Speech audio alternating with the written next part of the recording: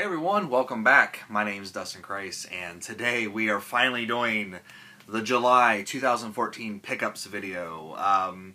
Waiting on some things to come in. Finally, everything came in, and ready to do the video and show you what I wasted my hard-earned ducats on this month. A lot of great stuff here. I'm actually, quite excited to get into a lot of this. Some of it I've already kind of dug into, but a lot of it, it's really kind of a lot of exciting things for me, just from people talking about it, and then blasts from my past and things like that. So let's go ahead and get into it and start talking about things. We're going to talk about the modern games I picked up, and it's all for the same system. That's kind of ridiculous. I really don't buy Xbox games anymore. In fact, I don't even go over to the Xbox 360 section at all. I don't know. If there's some exclusives on the 360, I'll go over there and look at them, see what the prices are on them. But other than that, in GameStop and in stores, I just completely blow past the 360 section. I don't know if anyone else does that out there. I have both the PS3 and the 360, but I don't even pay attention to the 360 anymore, so it's kind of a crazy thing. But anyway, let's go ahead and go into what I picked up. I picked up the third part of the trilogy, Earth Defense Force 2025, and this dropped in price really fast. I went into GameStop and I just saw, I think it was I want to say it was $17. And I was just like, that just came out not that long ago. But, these types of games, these sort of B-tier title games, really do kind of drop in price fast. And then later on, after they've been out for a while, the prices just skyrocket. So I figured, even though I haven't played the first two yet, I do think, just from what Return to Mother Base and a few other people have said about Earth Defense Force, I do think I'll really enjoy it as sort of this quirky, crazy, weird game. So really looking forward to finally getting into Earth Defense Force, the first one, and then eventually getting into that one. The next one I've already shown in my game discussion video, and this game is absolute heroin. I mean, this is the most addictive drug you'll ever get. Dynasty Warriors Gundam 3. And it's not so much for the Dynasty Warriors aspect, even though I really enjoy the gameplay and things like that. I used to be a huge, huge, huge Gundam fan. And, like most things in your your late teens, early 20s, and you kind of grow out of it. And then as you get older with more disposable income, this nostalgia kind of rages back. And I picked this up. And I'm full bore in the Gundam again, so we'll see how far down that rabbit hole I go.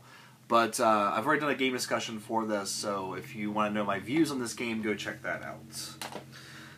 And then I picked up these two games, and I can't really figure out what I'm supposed to do here. I picked up both Blaze Blue or Blaze Blue. I don't know which is the correct pronunciation. Calamity Trigger, and Continuum Shift Extend. And I picked these up because Aerodynamish and Return to Mother Base talk about how these are essentially visual novels with fighting game aspects to them. And that sounded really intriguing to me. I really I don't know, if something in there just kind of really set something in my brain, I need to check this out. And then, just listening to them talk about it every now and then, it just really made me want to check it out. So I picked up Calamity Trigger, and I think I paid $7.50 for this or something like that. And I was talking to him, all right, I finally picked up Calamity Trigger, and Alex is like, oh, no. You should have picked up Continuum Shift Extend. And I looked online, and Continuum Shift Extend was only going for $20 new. So I picked it up, thinking I was going to get something like this. I ended up getting the limited edition for $20, which, I'm actually kind of happy about. But let me know in the comments below, because I can't figure out whether or not these two games actually have a different storyline. Because Alex kind of told me that basically Continuum Shift has Calamity Trigger's storyline in it already. So I don't really know if I should play Calamity Trigger first, or if I can just go to Continuum Shift, Extend, and be fine. So let me know, like, if I need to play the first one to get all the storyline points to go into the second one. And then eventually I'll pick up the third one, and then the graphic novel, or the visual novel that just came out for the Vita, if I really do dig it. But if not, you know, $7.50 for a normal game, and then $20 for a limited edition. Not that bad for the collecting purposes, even though I've kind of got out of the collecting purposes. Except when it goes to one series, and we'll talk about that in a minute. A couple things that actually Return to Mother Base Alex, or as I always say, Alex Return to Mother Base, because that is his last name. He went to Hard Off and found a couple things and said, hey, do you want me to pick this up for you? And I said, yes, please. So he found me Luminous Arc. And this game usually goes, you know, kind of in the 20 to 30 range, I think. It's been a long time since I've looked at the prices, so I could be completely wrong. He found it for $7.50. It's got the manual and everything in it. It just doesn't have the outer box and the CD soundtrack, which I guess it came with. I don't really care about that. I'm going to be real honest with you. My completionist streak in buying games has really kind of just gone away. There's certain things that I want, like if it's a sort of a more modern game or like a CD-based game, I want a case and a manual. If it's an old school like cartridge-based game, I'm fine with cart only. DS games, as long as it's got the case and the manual, you know, I'm really not that, unless it's something I really, really want, you know, I don't need the extra stuff. And this is not something I needed the extra stuff for. So, you know, I guess I've kind of been always under the wrong impression of this game, because I thought it was more of a traditional JRPG, but now looking at it in the manual, it is a tactical strategy RPG. So that'll be something interesting to get into. Strategy RPGs are a little bit harder for me to get into for some reason. They just move a little too slow for my taste. But hey, DS RPG, and it was pretty much dirt cheap, so I had to pick it up, or have him pick it up for me. And then he found something else, and both he and another YouTuber have kind of fed my addiction as of late. He found me Dragon Quest Monsters Terry's Wonderland, complete in the box, and I mean it's still sealed, but I think they reseal things at Book Off. But he found me this for $10, and I'm a sucker for Dragon Quest. What can I say? It's my favorite series, and I'm working on you know, collecting a lot of different things. I don't know if I'll collect every game that comes out, but if Alex or this other YouTuber finds me, you know, cheap Dragon Quest games to add to my collection, I'm going to pick them up, because there's just something nostalgic about Dragon Quest for me. It was my first JRPG. It's what got me into all of this stuff. I mean, Mario Brothers and Mega Man and the Ninja Turtle games on the NES were instrumental in getting me the system. But once I played Dragon Warrior 1 on the NES, my life like completely changed, and I got the other Dragon Warriors, I got Final Fantasy, Super Nintendo came out, I got all those great RPGs on the Super Nintendo. I mean, it really set in motion my collecting, so Dragon Quest will always have a place near and dear in my heart, even though Square Enix has absolutely no interest in supporting it in the West anymore, so that's a very sad thing for me. But another YouTuber, Cornmuffin X, I sent him a UMD of Big Trouble in Little China because he was working on his UMD collection. He loves UMDs for some reason. I don't know why. But anyway, as sort of a thank you, because I guess it's kind of a YouTube thing. We don't really accept gifts, you know. We always kind of like, okay, you sent me something, then I'm going to try to send you something back. So in his attempt to send me something back, which is a very good attempt, because actually I didn't even know this game existed, to be honest with you. That's how much Dragon Quest stuff is in Japan. I have no idea this game existed. Dragon Quest something victory. I'm assuming it's like something about card battles or something, because this is a card battling game set with the Dragon Quest world. And, you know, I never would have thought to even look this up or even what this was. So it's kind of a really interesting, weird, sort of quirky thing for my Dragon Quest collection, which I am kind of collecting, you know, everything Dragon Quest, I guess. But very, very happy that he sent this to me, because I really didn't know it even existed. He sent it to me, I was like, what the fuck is that? He kind of told me it was a card battling game in the Dragon Quest world. And I was like, yeah, sure, that's fine, because I'm always, you know, pleased to add something new to my Dragon Quest collection. Unfortunately, I'll never get the chance to try it because I don't have a Japanese Wii. Although, you know, now that I have my Wii U, I have been kind of messing with the idea of modding my Wii to play import games and things like that. But haven't got around to it yet. So maybe one day, even though I have no idea what's going on in that game. Next up is the DVDs and Blu-rays. So if you're just here for the games, that's it. Like I said in the last video, my game hunting has really just kind of dropped off. I think it's the point where, like, I'm kind of pleased with my collection, as it were. And also the thing where I'm like, man, I need to start fucking playing some of these games. So I try not to pick up too many games. And there weren't, if you notice, there were no new releases at all. Because for some reason, like July, like the publisher's just like, nah, whatever, we don't want to release anything in July. So I didn't pick up like any new games in July. August is kind of a different story.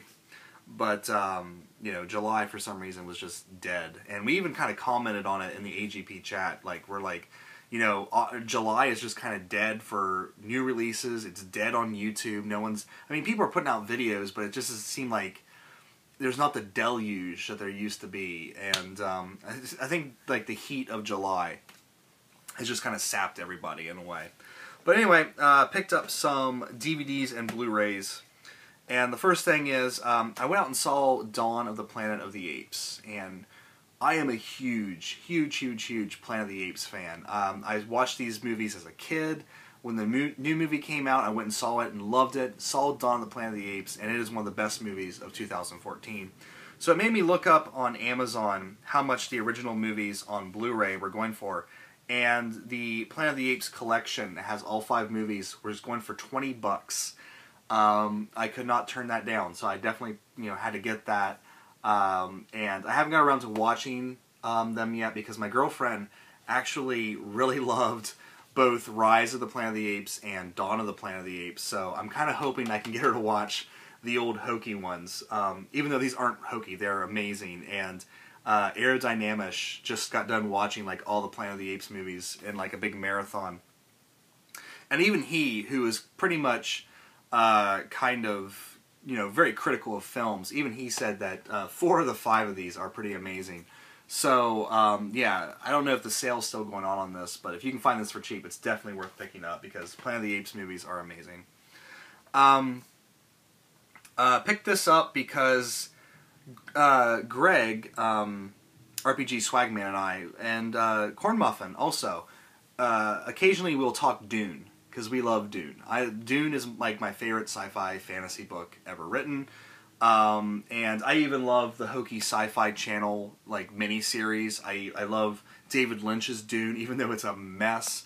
So when I saw that this was coming out, I had to pick this up because this is kind of something that's, especially since I finally watched some of Jodorowsky's films. Like Holy Mountain and El Topo, it's really got in my mind like, fuck, he would have done an amazing Dune.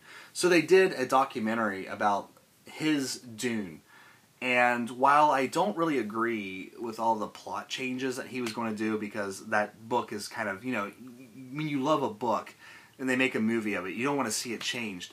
But then when you see like the scope and the sheer ambition of what he was planning on doing with Dune, this would have blown away Star Wars. Like, our movie landscape would have been completely rewritten because, you know, if he would have made this, I think it was supposed to be released maybe in like 74 or something like that. No, 75 is when he began work on it. So this would have, I mean, it would have predated Star Wars if it got released. And I wonder if that would have like pushed Star Wars to be this even bigger, crazier thing, and how that would have affected things. But his version of Dune would have completely rewritten the landscape of film. Like, I don't even know if he could have done it in the 70s, to be honest with you. Quite frankly, I don't know if he could do it today if he wanted to. But it's really kind of a crazy story.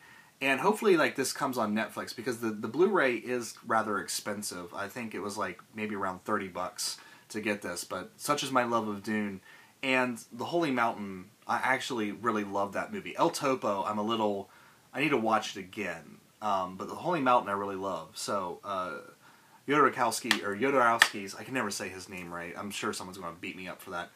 His version of Dune would have been absolutely amazing, and this documentary is actually really good. So I highly recommend you check it out, especially if it goes on Netflix. Then definitely check it out.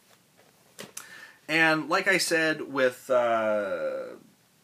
Dynasty Warriors Gundam, my love of Gundam has been reignited, and I started to look into buying some Gundam DVDs, and I tell you what, man, anime is a racket. It is it's horrible.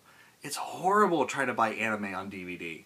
But nevertheless, I wanted to get my favorite series of Gundam so far. There's a lot of series of Gundam that I haven't watched yet. My first series was Gundam Wing, but I actually really enjoyed the first Mobile Suit Gundam in 1979. It was released after Gundam Wing was kind of a big hit for Cartoon Network over here. And it kind of ran right up to September 11th. And after September 11th, Cartoon Network took it off because it was a very warlike thing. And, in America, we couldn't show war after September 11th. But Mobile Suit Gundam, the original series, I definitely wanted to get this one officially. Because it's, I don't know, there's just something about the hokiness of the 70s, and I'm kind of reliving that by watching Robotech right now. How these old animes were just so, I don't know, they were so amazing when you were a kid, and this, I was obviously a lot older when I watched this than being a young kid, but if this would have came out when I was a young kid, I would have been just crazy for it. But there's something about the hokiness of sort of the 70s animation, and the sheer fact that this one gets really dark. For a a 70s cartoon. I don't think America is really ready for I don't think America is really ready for anime when it started to come over. But really looking forward to digging back into this. As for the rest of the Gundam series, I really have to think about how I want to proceed, because like I said, it is a racket. Like, to get the entire series of the next series, which is Zeta, I think it's right around $200 to get like the DVD series, and they just released those edited down movies on Blu-ray, but they like completely changed the ending or something like that. So I don't know how I want to proceed with this. It's going to be something I think about quite a bit in the coming times after I get done watching this. And that's it for the DVDs and the Blu-rays. As far as other things, books, although I guess just miscellaneous, because I have to kind of interrupt things. I picked up Reflections, an oral history of Twin Peaks. I saw this, I am a fan of the Twin Peaks, official Twin Peaks website, or whatever it is, on Facebook. And they made a big deal about this guy going around getting interviews from people who did Twin Peaks, around the time and things like that. And it's supposed to be one of the best books written on Twin Peaks. And I love Twin Peaks, and I love everything that Twin Peaks has kind of inspired. So it's going to be really interesting to sit down and read this, because it's one of those shows, man, that it's kind of unfortunate what happened to it. And, maybe it's a topic for another video, but if you haven't watched Twin Peaks yet, you really need to watch Twin Peaks. And then sort of the final pickups before I get to a kind of a cool thing. Of course, Drakengard 3 was one of my favorite games of this year, so I had to pick up the soundtrack, because the CD that comes with the limited edition is capable, but at the same time it doesn't have all the tracks that I want to hear. So I picked this up, and it kind of has this crazy, like, recycled paper look and feel to it, with the brown background and everything like that. But really enjoying this. I'm a sucker for Emmy Evans, and whenever she's singing on these soundtracks, I have to look into them. But the music for Drakengard 3, while it doesn't get as good as Nier's soundtrack, it is still pretty amazing. So definitely check it out if you haven't. And then I also picked up the art book for Drakengard 3, or Dragoon 3. And I don't know how well this will show up, but you know, a lot of big full color pictures there, a lot of things about the game, but of course it's all in Japanese. And as you go on, I mean, there's more artwork about the enemies and the maps. And I wonder if this also, I wonder if it goes into like the different regions talking about it, or if this is more of like a strategy guide thing. I don't know. But I guess I was expecting a little bit more art in this than actual like scripting and things like that. But still happy to have this because, I don't know, there was just something about Drakengard 3 that really awoke something in me that, I don't know, no other game this year has really done in a lot of ways. Really reminded me of my first time playing Nier, and I loved Nier so much that you know, same series, I'm going to like it, so. And then finally, my girlfriend decided she wanted to make me a painting because she is actually a very skilled artist. And she's like, well, what would you like a painting of? And I told her, and she came up with this, which, as you can see, is two of my favorite things there. The USS Enterprise refit and the TARDIS. And I haven't found a place where I'm going to put this yet, but she showed this to me when it's finally finished, and I'm really enamored with this painting. I mean, it's simple, but at the same time, it's like two of my favorite things. Sort of both modern and classic, because I've always loved Star Trek, and within the last like 3 years or so, I've really come to love, you know, Doctor Who again. Even though I watched Doctor Who way back when I was a kid on PBS, they had reruns of the Fourth Doctor running around, you know, doing his thing, and I'd always watch it at my grandparents' house. But really happy that she made this for me, and I'm really impressed with her, and I told her I was going to show it off in a video, and she got all nervous about it, but I'm completely enamored with this painting, and I gotta find a place to put it up here. But anyway, yeah, that is it. Like I said, not a lot of games, because I don't know, just my game hunting has really been taking a nosedive here lately. I think I've gotten, you know, happy with this. I don't feel the need to just pick up things just to have in a pickups video. I'm kind of evolving beyond that, I guess. And focusing more on sort of other things that I like, and trying to finish up some of these games. Although, with Drakengard 3 and Gundam 3, Dynasty Warriors Gundam 3, I have got nothing done, because those games are huge, and I got the crazy idea to try to platinum Drakengard 3. There, I said it on an official video. Now I'm never going to be able to live that down. But yeah, I don't know.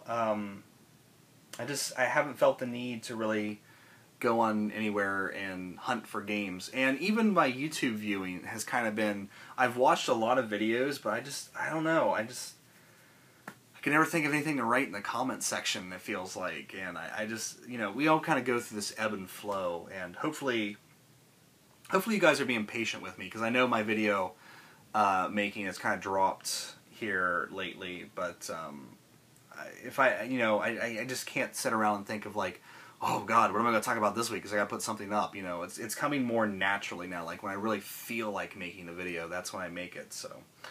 But anyway, that is it for this. I don't know what's coming next, to be honest with you. I know Chance, Steven, and I are talking about the podcast, and, you know, after the next episode, maybe taking it back to a more simple time with maybe just the three of us for a while, just to try to get more stuff out quicker and things like that. But yeah, going to be a lot of podcast stuff. We're still talking about doing a lot of different things with the podcast. I got a lot of videos coming up once I get starting to play other games. And of course, Tales of Xillia 2 is coming out here soon, so gotta look forward to that. But anyway, that is it for this video. So I'm gonna get off here. I'm done talking, tired of talking. It was a long work week, and I'm ready to just go out there and relax. So anyway, guys, I want to thank you guys so much for watching. Take care. I'll see you next time. Hey everyone, quick addendum to the video. When I was getting ready to post this video, I decided to go out and trade in one item at GameStop. And that one item was Mario Golf on the 3DS. I just wasn't feeling it after a while, and just decided, I don't really need it in my collection. So I traded it in, and they had a 50% trade-in promotion going on. So I got 20 bucks for it, and I thought, yeah, that's all right. I'll take that. But I used that to pick up this Metal Gear Solid 5 Ground Zeroes for the PS4. Finally got down to a price that I was willing to pay for it, which technically was free since I traded in that game, but it's now $10 at GameStop used, and that's probably the price it should have started out at. But anyway, that was finally, you know, a price I was willing to pay for it. So now I got this, and I I need to finish Metal Gear Solid 3 and then play Metal Gear Solid 4, and maybe that's something I will look into here in the recent future. But I just didn't want this setting on my game room floor waiting for another pickups video when I haven't even posted this one yet. So I was like, just make an addendum and add it on there. But anyway, pick this up, and I don't know when I'll get to it, if I'll get to it right away or not, because I kind of want to play the other games first. But then again, this game's kind of a prequel, so, you know, Metal Gear is kind of a twisty-turvy timeline. But anyway, just want to add this to the video because I don't want to just sitting around for an entire month when it's just, you know, basically a demo. That's what it is. A demo that they charge 30 bucks for. Anyway, that is it. I want to thank you guys so much for watching. Take care. I'll see you next time.